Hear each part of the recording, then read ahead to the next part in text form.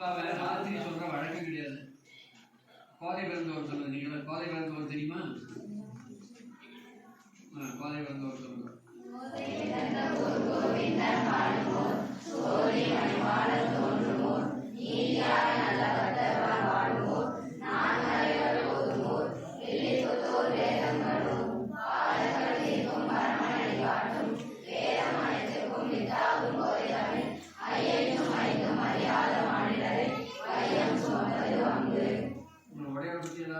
தெரியுமா? யார் சொல்லுங்க. ஒரு 4 பேர் தெரிஞ்சாலும் போதும். பட்டமாக ஆட்சி சொல்லுங்க. இல்லை வேற ஏதாவது எது சொன்னாலும் சரி. எது உடையவரை பற்றி ஏதாவது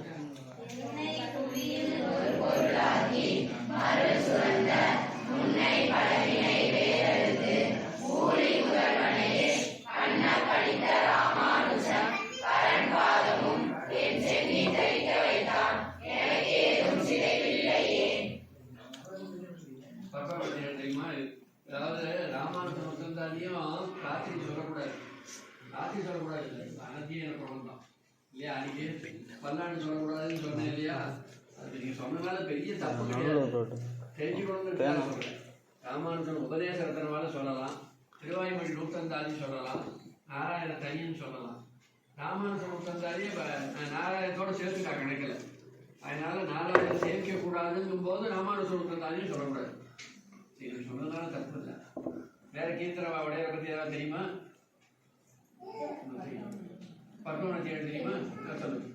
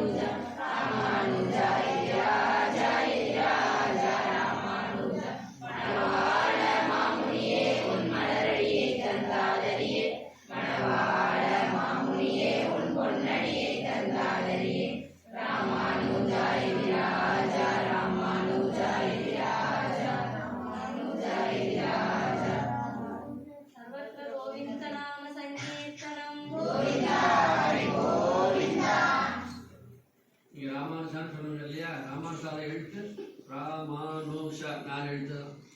நாராயணால நாராயணா அதுவும் 4 எழுத்து தான். அதனால ராமானுஷர் அவதரிக்கிறதுக்கு முன்னாடி 4 எழுத்து பெருசாக இருந்தலாம் மகிமையோட. ஏன்னா குலம் தரும் செல்வம் தந்திடும் அப்படின்லாம் ஆழ்வார்கள்லாம் சொல்லியிருக்கா இல்லையா நாராயண நாமத்துக்கு.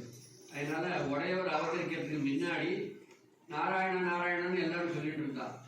உடையவர் அவதரிச்சதுக்கு அப்புறம் உடையவர் ராமானுஷர் எல்லாம் எம்பெருமானார் எல்லாம் ஒண்ணுதான் தெரியும் நினைக்கிறேன். அதனால உடையவர் அவதரிச்சதுக்கு அப்புறம் அந்த நாராயணாங்கிற 4 எழுத்து எங்கேயோ போயிடுச்சு. அதுக்கு மதிப்பே இல்லாமல் போயிடுச்சு. இந்த ராமானுஷாவுக்கு அவ்வளோ மதிப்பு வந்துருக்கு. அதனால ராமானுஷன் அடியாரு சொன்னாலே பெருமாள் ரொம்ப சந்தோஷப்படுவாராம். அதனால இந்த ராமானுஷனுடைய அனுகிரகம் எல்லாருக்கும் கிடைக்கட்டும் அப்படின்னு பிரார்த்திச்சுக்கிறேன். வேற ஒன்றும் பெருசாக சொல்ல போறது இல்லை. நீங்களாம் ரொம்ப அதாவது ராத்திரி 12 மணி கூட நீங்களாம் ஒருவேளை இந்த பையன்கள்லாம் ராத்திரி 12 மணி 1 மணிக்கெல்லாம் போடணுமா? 11 மணி 12 மணிக்கெல்லாம் கூட ஏதோ ஆல்ட் அடிச்சுட்டோ ஏதோ பேசிட்டு இருக்கலாம். வெடிகாலம் வர 5 மணிக்கு வந்து ஒரு கைங்கரியம் பண்ணுன்னா வர முடியாது. இந்த காலத்தில் சொல்றேன். இந்த காலத்துல வெடிகாலம் வர 5 மணிக்கு வந்து ஒரு கைங்கரியம் பண்ணாவா? கைங்கரியம்னா என்னன்னு தெரியும்னு நினைக்கிறேன்.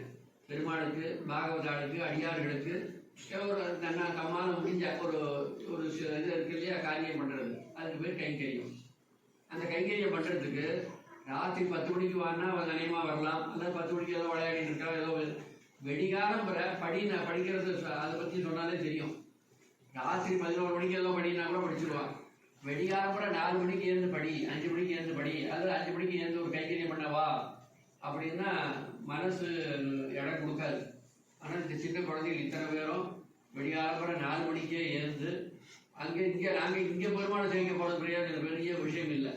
நீங்கள் அங்கேருந்து பூனாம்பாளையத்துலேருந்து ஸ்ரீராம்பாளையத்துலேருந்து இங்கே உடையோடமாக எங்கெங்கே பக்கத்துலேருந்து வரலாமோ அங்கேருந்து விடியாபுற ஸ்நானம் பண்ணிவிட்டு வருவோம்.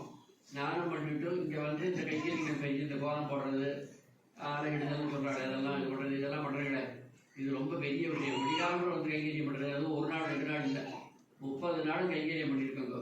அதனால இந்த பெருமாளுடைய அனுகிரகம் கிடைக்கணும்.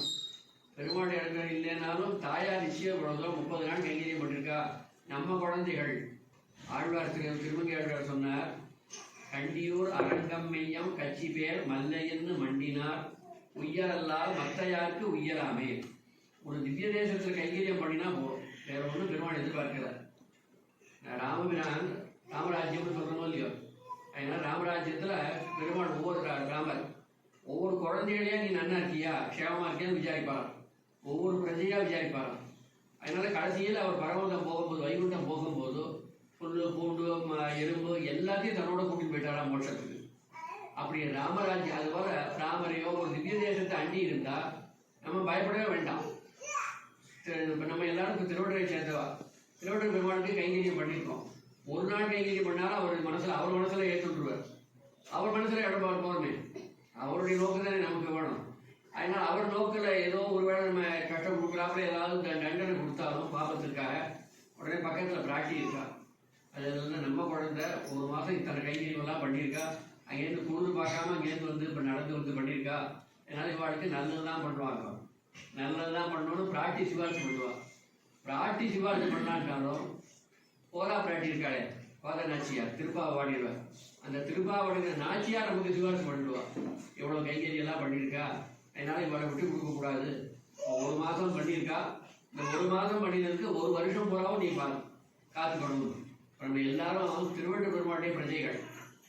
ஒரு பிரதமர் இருக்காருன்னா அவரை சேர்ந்த அந்த எல்லைக்கு நல்ல காரியம் பண்ணிட்டே இருப்பார் இல்லையா. ஒரு பிரதம மந்திரியோ அல்ல முதன் மந்திரியோ அல்ல சாதாரண மந்திரிகள், அவளுக்கு என்ன எல்லையில் என்ன எங்கே இருக்காளோ அந்த இருப்பிடத்துக்கு ஒரு நல்ல காரியம் பண்ணிவிடுவோம். அது எல்லாருக்கும் தெரியும், இந்த காலத்துல நடக்குது. அதுபோல் நம்ம எல்லாரும் எந்த எல்லையில் இருக்கோம், திருவள்ளுவர் பெருமாளுடைய கண்காணிப்புல இருக்கோம், அவருடைய பிரஜைகள். அதனால இவ்வளோ கைங்கரியம் இந்த 1 மாதம் பண்ணினதுனால 1 வருஷம் பூராவும் நல்ல நிலையில நம்ம கொண்டு போயிடுவார், நல்ல அனுகிரகம் பண்ணிடுவார் இந்த பெருமாள். எல்லைன்னா இங்கே திருவள்ளுவரில் இருந்தால் தான் எல்லை இல்லை, திருவள்ளுவருக்கு நொச்சியம் வரையில எல்லை. அங்கே பங்கேச்சொல்லி கிராமம்னு இன்னைக்கு இருக்கு, தெரியும்னு நினைக்கிறேன். இந்த தாயார் பேர் தான் அங்கே இருக்கு. அதனால நொச்சியம் வரையில இருக்கிற எல்லைக்கு இவர் ராஜா. அதனால மணச்சநல்லூருக்கோ ஸ்ரீராம்பாளையமோ பூனாம்பாளையமோ நம்ம திருவள்ளுவர் இல்லையே நினைக்க வேண்டாம். அதனால திருமங்கை ஆழ்வார் சொன்ன ரீதியில் ஏதாவது ஒரு திவ்ய தேசத்தை அண்டி ஒரு கைங்கரியங்கள் பண்ணிட்டு இருந்தோம்னா அந்த பெருமாளுடைய அனுகிரகம் அவருடைய கண்ணோக்கம் நிச்சயம் இருக்கும். நம்ம வேற ஒன்றும் அந்த பெருமாட்டை பிரார்த்திச்சுக்கல, திருடமாக இருக்கணும், ஆயுளை கொடுக்கணும், ஆரோக்கியத்தை கொடுக்கணும், ஐஸ்வர்யத்தை கொடுக்கணும். இந்த 3லயே எல்லாம் இந்த உலக வாழ்க்கை அடங்கிடும் இல்லையோ. ஆயுள், ஆரோக்கியம், ஐஸ்வர்யம், இந்த 3 கொடுக்குற பெருமாள் இந்த பெருமாள். ஏன்னா செல்வ திருமால்னு ஆண்டாள் சொல்லிக்காள் இல்லையோ. அதனால இந்த 3 கொடுக்குற பெருமாள். தாயாரும் ஸ்ரீதேவி நாச்சியாருடைய அம்சம் தான் இந்த தாயார்.